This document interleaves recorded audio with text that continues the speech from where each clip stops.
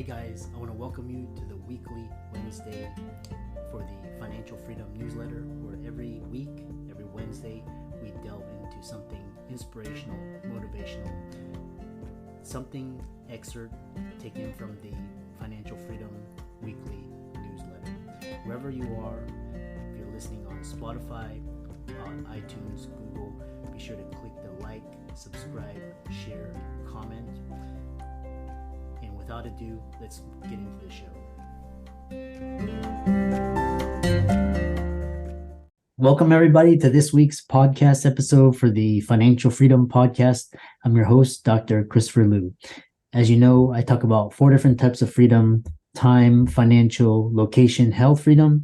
In that light, I'm always interviewing influencers out there doing innovative things, getting those insights and sharing them with the world. So today's topic is going to be all about finances, and it's all about financial literacy, what is true financial education. So in that light, I'm going to bring on Michael Santonato, and he dubs himself as the true financial educator and financial alchemist, which is really interesting. So we'll hear all about that, and we'll welcome Michael to the show. So welcome.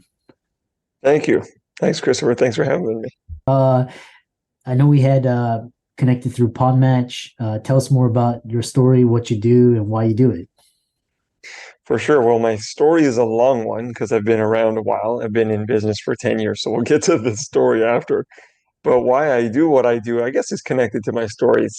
It's got to come back to, all great stories come back to the beginning, the origin. I was lucky enough to be the son of 2 bank managers.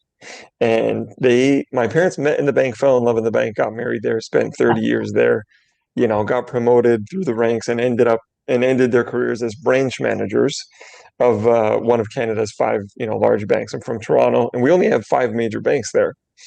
And I'm the youngest of 4, and my parents gave me and my brothers and sisters a great education. Like, our dinner table conversations, Christopher, were unlike 99% of families. I had a girlfriend over one time for like lunch in my 20s. We were just hanging out in the backyard, and afterwards she was like, "What the heck was that? What was all that about?" I was like, "I don't know what you're talking about." And it was just an everyday conversation. But for her, it was mind-blowing because we talked about rental rates, mortgage rates, credit, interest, property values in the city and things like that. So I'm very lucky because I got to see my brothers and sisters fail and succeed and learn from them. And then my parents gave us that essential foundation when we were young. So my commitment and my mission is to educate people, business owners, parents, families, and to ensure that education gets down through to the employees, the children, the family unit, the business organization, so that, like you experienced, financial freedom comes from knowledge and action, and you act on what you know. So. Yeah. Interesting. I'm curious because I'm gonna ask you about the family discussions a little bit later. But what's interesting is okay, so it's so interesting because the world runs on money, right? You have to pay for services, you need it. It's kind of like grease, right? And then, but no one ever gets true education. You have to actually go out and learn this on your own. You don't learn it in school, work, church. That's right. Why is that? You're exactly right. It's a great question, and I'm so glad you asked it the way that you did. Nothing is by accident, right? We should know in today's world, you open a physics book or go to a physics class in university, and you know that, cause and effect, right? So it's not an accident that you said there's no money financial education in school, in church, in religion, in the family units. Why? Well, the family units, they don't know. People don't know because of the other places they don't get it. You have to go out and get it yourself, right? You're either going to get it in school, or sorry, not in school. You're going to get it from like books that you have to go find yourself, or mentors or educators, or thank goodness now there's like YouTube, right? You can Google pretty much everything. It's not by accident that, the school system is very akin to Henry Ford's, like frontline assembly line system. It's not really accidental, and it's not accidental that that information is not in schools or church or education system. So you're right, you have to get it elsewhere. Why it's not in those places? I mean, depends on how far down the rabbit hole you want to go. But nothing is by accident, and everything is by design, and there's cause and effect. That's the world and the universe we live in. So the thing is we could go down a rabbit hole of like why, which we can if you want. I'm fine either way. It's better probably just to like acknowledge it and then do what's best for most people, which is accept what is and then choose differently. If you want to be educated, you got to educate yourself. You got to learn from someone or somewhere. Yeah. Um, so yeah, one thing is we'll talk about is, especially just financial education. And so, in that light, what opportunities exist today? Let's say I'm serious, I want to learn more about it. What is Hmm. money? What are some places you can learn things? Yeah, yeah. It's a fantastic question, and it really depends on your level of knowledge and your probably your level of income. Like one of my old friends, I'm here in Mexico, by the way. You said location independent, right? You said time, freedom, location independence.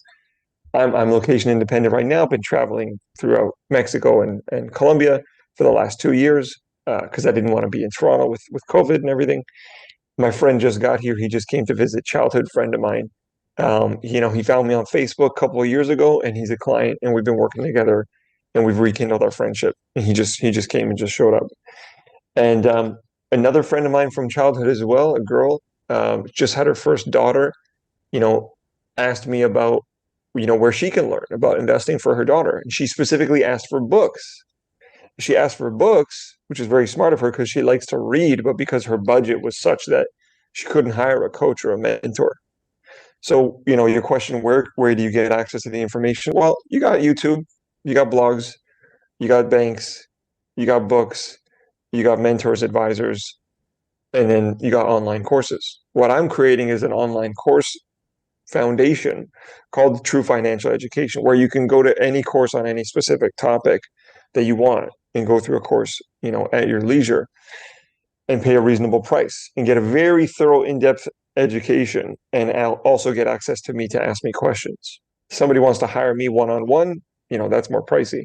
If somebody can only afford books, great, you'll get a great education from books. So my childhood friend, I sent her a list of books and believe it or not, she's plowing through it. So it really depends on your budget and also how much you value the time opportunity cost, right? You're going to pay either through blood, sweat, and tears or cash, right?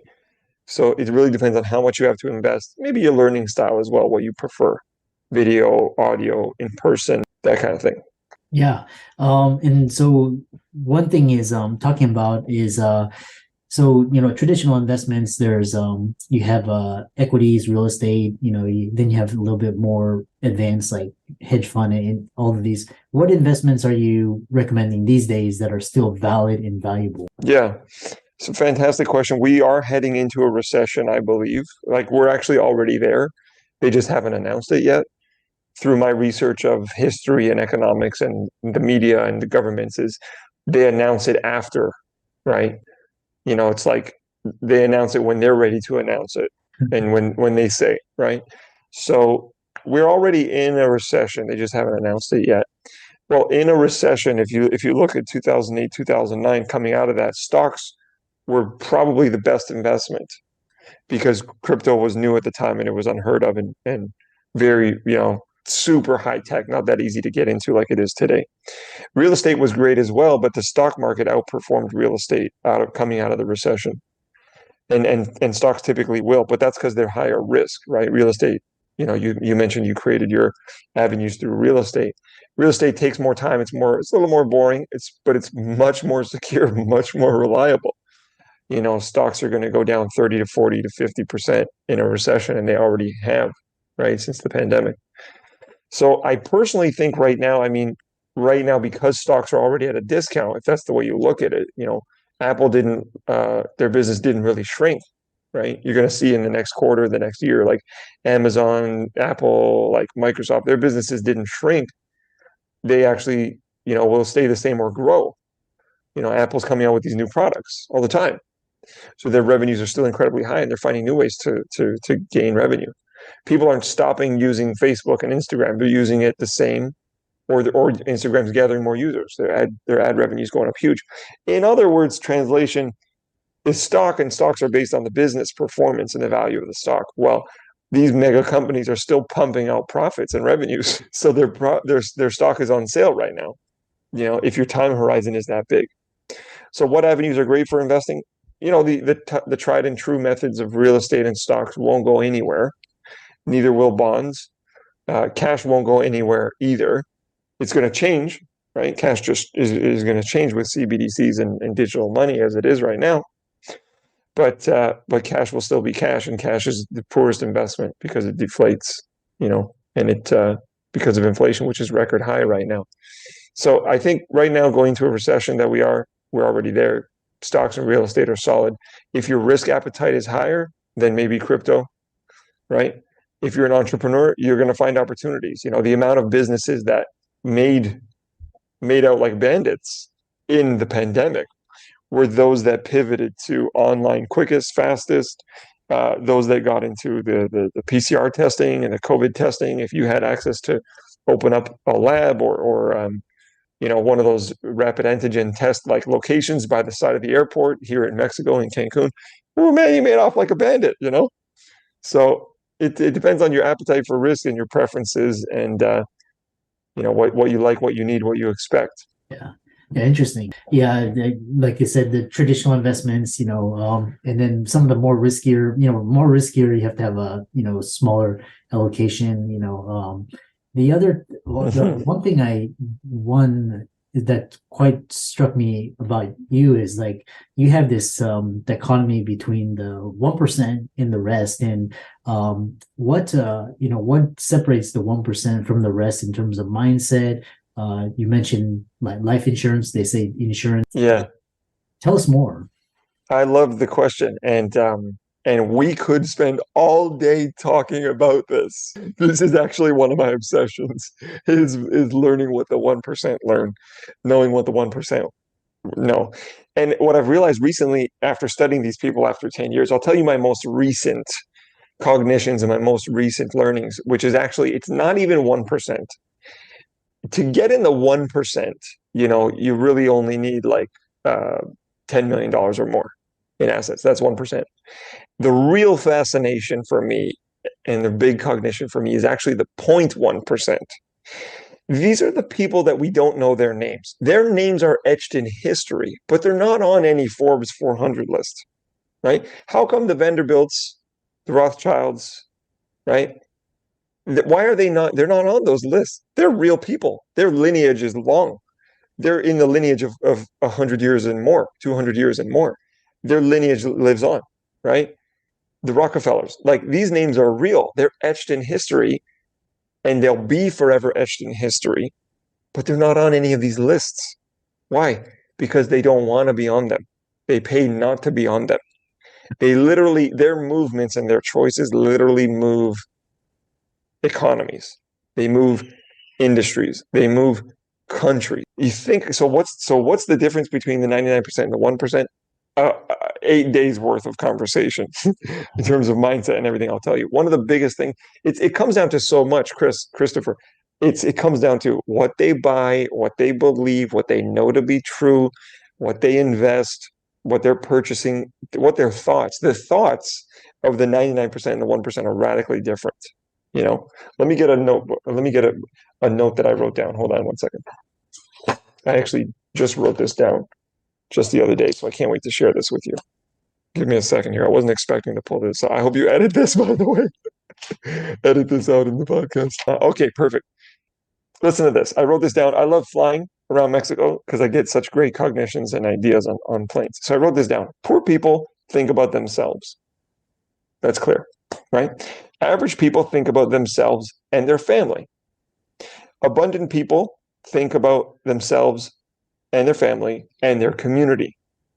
Wealthy, truly wealthy people think about themselves, their family, their community, and their city or their country. The people at the 0.1% think about all of the above, all the categories above, and they think about the planet. 7 billion people. In other words, I think we can measure wealth naturally by our thoughts, the quality of our thoughts naturally, but we can definitely measure wealth by the quality and the quantity of our thoughts and the scale of the people we're thinking about. Interesting. That's the highlight. The scale of the people that we're thinking about. The elite, the 0.1%, they're thinking about 7 billion people, the actions they take and make, and how it will affect 7 billion people. Mm. One of my mentors used to say, and he was in the top 1%, probably the top 0.1%. He was a billionaire. And he used to talk about a distinction called depth of vision, Hmm. right? Depth of vision. When he was young and he was walking with his mentor at a park, he looked at a tree. The mentor said, "Look at that tree," talking about this concept of depth of vision. "Look at the tree. Tell me, what do you see?" Well, he was smart enough to know that if he said a tree, you look at an acorn, you see food for squirrels, then he knew he would flunk the test because that's the lowest level of the depth of vision. So when he said, "Oh, okay, the acorn, all right, thinking deep, thinking future, thinking deep vision, I see a forest from that one acorn." His mentor, my mentor's mentor, said, "Oh, very good." And then the mentor's mentor, the teacher, said, "You know what I see? I see schools, I see subdivisions, I see townhouses, I see buildings, condominiums." In other words, his depth of vision was so great he could see so far that in 100 years, that acorn would become a forest that would supply the wood for that subdivision, that fraccionamiento, they say here in Mexico, subdivision, right? Neighborhood.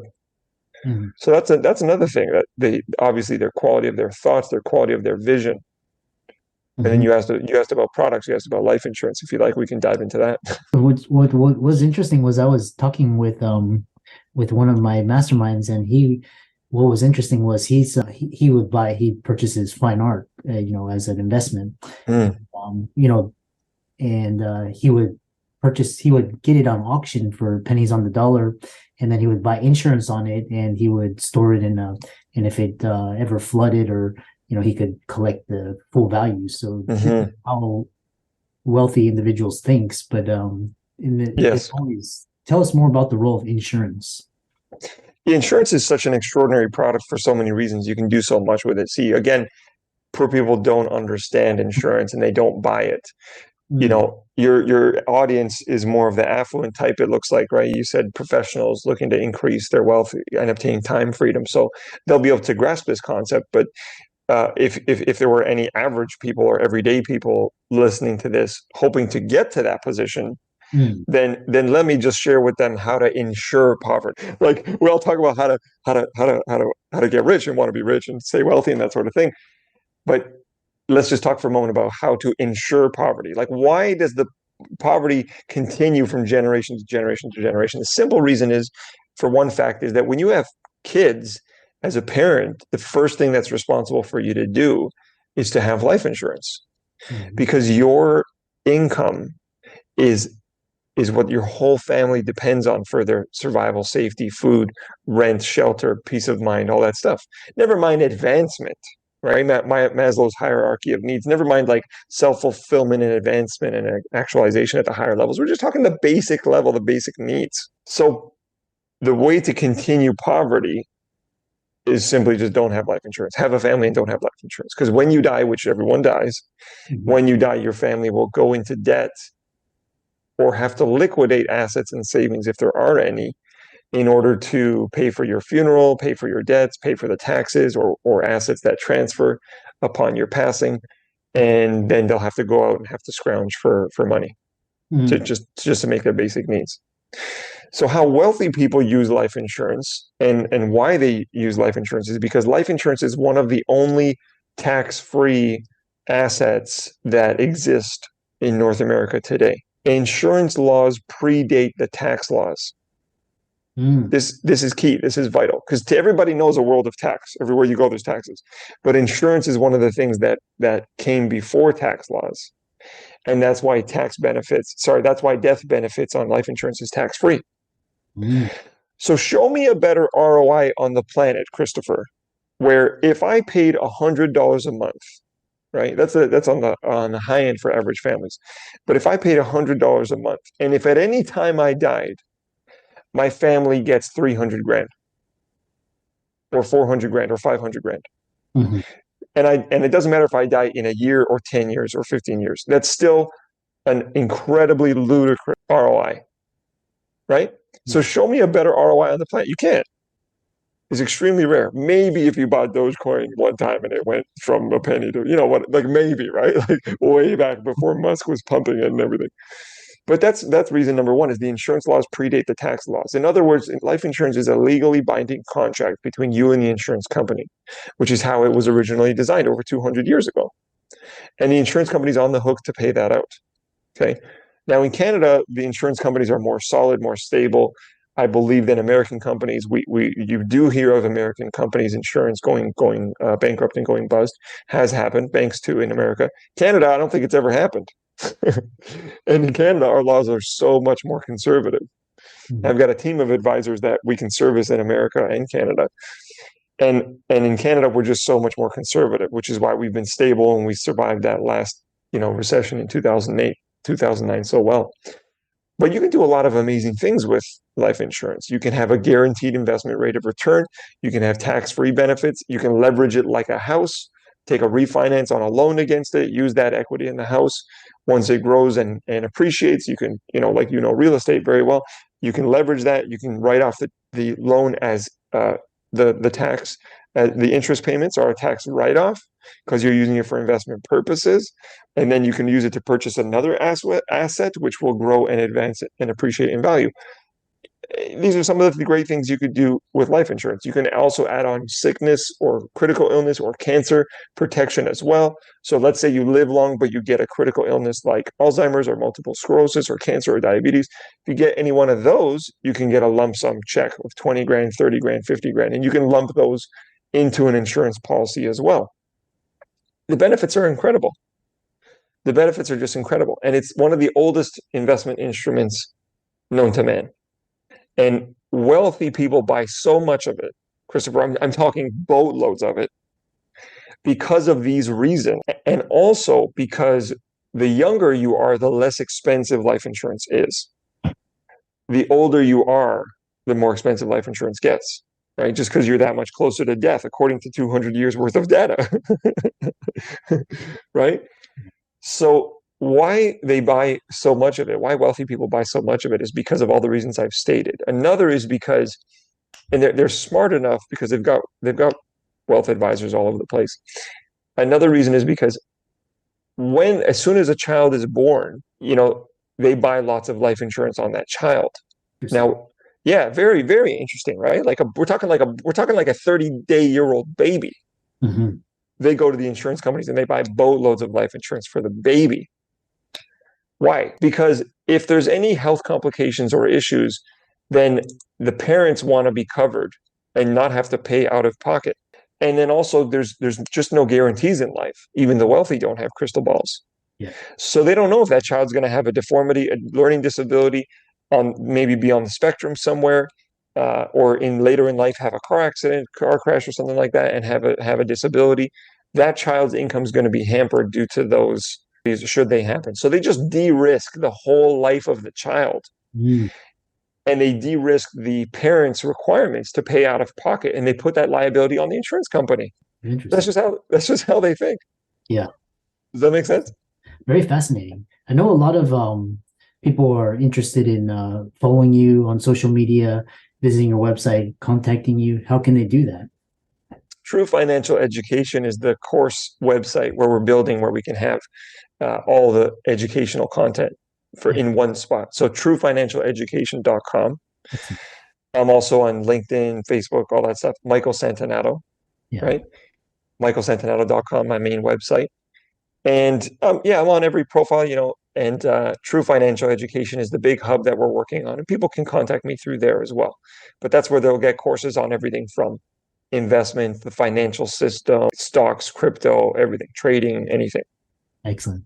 And for all the listeners out there, Michael's resources will be in the links and show notes.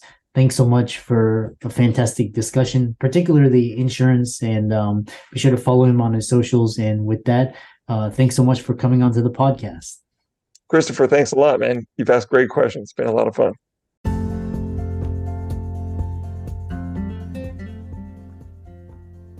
I hope you really enjoyed that wonderful, inspirational, motivational piece.